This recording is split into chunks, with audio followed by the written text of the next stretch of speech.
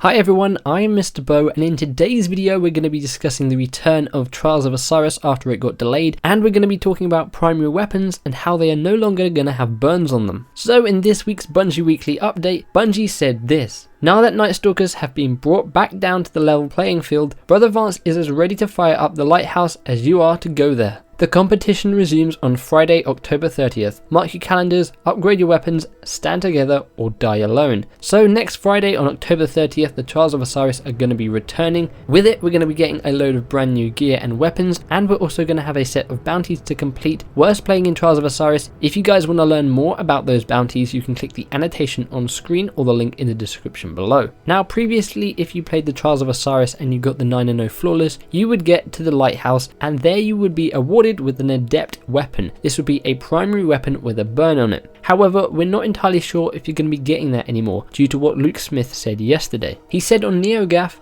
"Elemental primaries are being left behind. They had the distinct and undesirable property of limiting a broad weapon sandbox to a few weapons. But I strongly prefer the breadth of arsenal options. The potential of finding a better legendary than you have to being stuck because of damaged colour. Additionally, no legendary weapons with damaged colours has the property of making secondaries and heavies more important because of their damaged colour." Now this was mainly addressing the raid, the fact that the Kingsville Raid won't be dropping any primaries that have burns on it. However, what people are assuming from this as well is we will not be getting any burns on any of the Trials of Osiris weapons. Now the only reason to really go to the lighthouse was to get the adept versions of the primary weapons, so my theory on this is that primary weapons are no longer going to be able to be dropped or bought from Brother Vance anymore. The only way you can get the primary weapons is to get the flawless, and that would make up for not being able to get the adept versions of these weapons. However, saying that, in the database there are the new Trials of Osiris weapons, and there are some of those that have adept versions, so we're really just going to have to wait and see until Friday to see if we are going to be getting any burns on the Trials of Osiris weapons.